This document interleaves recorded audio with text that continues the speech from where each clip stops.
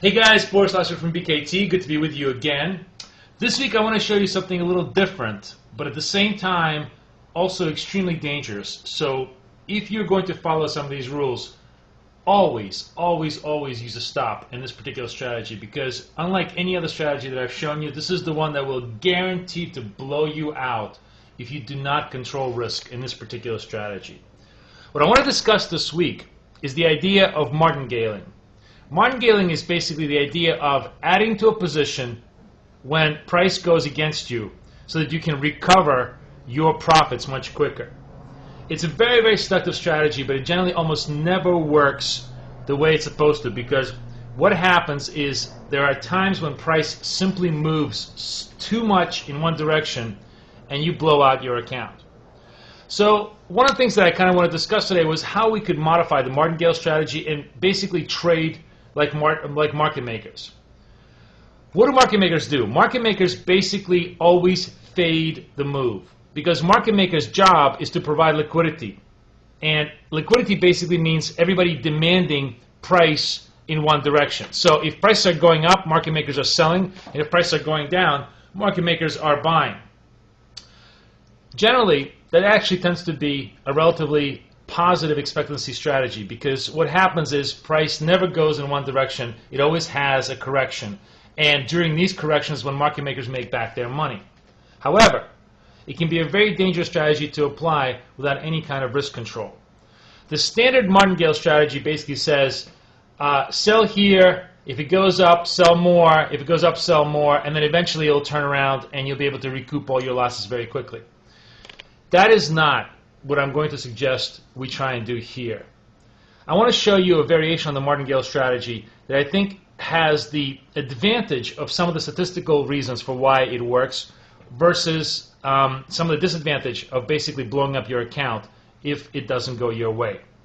Now, the basic theory behind martingale is the following.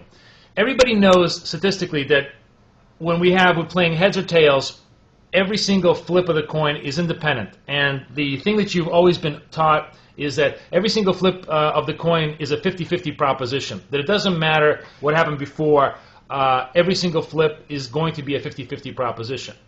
Well, yes, that's very true, but it's actually the wrong question to ask, because the more interesting question to ask is, what's the probability of heads occurring 3 times in a row?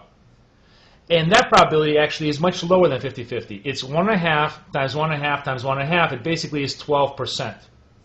And that is really the foundational statistical theory behind martingale. The idea here isn't that something is going to have a high probability of turning back. It's that something is going to have a high probability of retracing if you have a continuation in one direction. So to put it into trading terms, the probability of an up candle being followed by a down candle is 50-50. But the probability of 3 up candles being followed by a down candle is considerably better than 50-50. That's this martingale edge that everybody tries to exploit. And generally, it tends to work in your favor, with the exception of times when you have just basic continuity in one direction or the other. So I wanted to show you an idea of how we trade martingale with a twist. Basically, here's my martingale strategy with modified stops. What I try and do is the following. Let's assume that we have a burst up to the 3 standard deviation and we're going to fade this move. We're going to fade it with a 10-point stop and a 10-point target. So we fade this move and it moves against us. We wait. This is very important. We get stopped out. We get stopped out -10. And now, instead of just simply jumping right back into price, we wait until the candle completes in order to make sure that price hasn't fully extended. Here's an example of why we do this. Let's assume I got stopped out on this at -10, and this particular candle didn't just simply go 3 or 4 points higher, but went up 100 points more. Something extraordinary happened in the market. If I just jumped right back into the price, I would have continuously been losing money. On the other hand, if I let the candle complete and it's a big move of 100 points, I've skipped all of this move and I can short pretty much at the high of that particular candle and have a greater probability of a retrace. So we get stopped out, we double up our position, and we try to find the retrace. And in this particular case, obviously, 10-point retrace gives us a 10-point profit. We're -10 here, +20 here, that gives us a profit. How many times do I do this? I do this no more than 4 times, meaning that I will do a particular trade segment once, twice, 3 times, and absolute final time, the 4 times. If you are getting stopped out 4 continuous times on a particular trade segment, something is going wrong in that particular trade. The intensity of demand in one direction is so strong that it's much better to simply walk away. Now granted, this is a very, very dangerous strategy, and it's actually very massively destructive to your equity at that point. It's another reason for you to really want to walk away, because if you do not stop at -4, you pretty much face the risk of ruin very quickly. And then you have to regroup, and you have to start again with 1 unit, 2 units, 3 units, 4 units if you have to go, and rebuild your equity slowly. So this is a kind of a strategy that sort of requires, gives you continuous positive expectations for a long time, and then has a massive drawdown, and then you have to rebuild it. And you have to have both the mental and the physical stamina to stay with this kind of a strategy.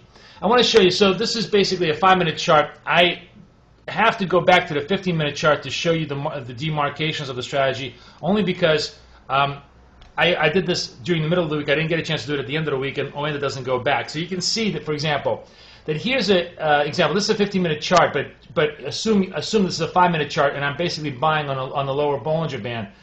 I got my ass handed to me on a downward move that simply just did not stop. It was sort of like the kind of situation that you see here, where you just kind of drip down, drip down, drip down. Every move up was a fake out. Every move up was a fake out for 3 or 4 times. But finally, on the 4th segment, it actually turned positive, and I was able to recoup my losses, and then I was able to successfully trade the downside. This was 5-minute sell downs on the strategy. And the net result that I want to show you is that the equity looks something like this.